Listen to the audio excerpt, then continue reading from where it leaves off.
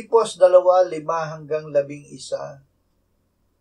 Magkaroon kayo sa inyo ng ganitong pag-iisip na kay Kristo Jesus din naman, na siya bagamat nasa anyo ng Diyos ay hindi niya itinuring na isang bagay na dapat panghawakan ang pagiging kapantay ng Diyos, kundi hinubaran niya kanyang sarili at kinuha ang anyong alipin na naging katulad ng tao.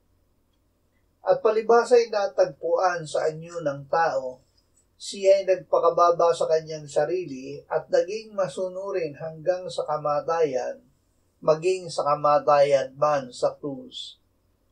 Kaya siya naman ay itinaas ng Diyos at siya ay binigyan ng pangalang higit sa lahat ng pangalan, upang sa pangalan ni Jesus ay lumuhod ang bawat tuhod sa langit at sa lupa at sa ilalim ng lupa, at ipahayag ng bawat dila na si Jesucristo ay Panginoon sa ikaluluwalhati ng Diyos Ama. Sumunod hanggang kamatayan. Ang Panginoong Jesus ang anak ng Diyos na nagkatawang tao.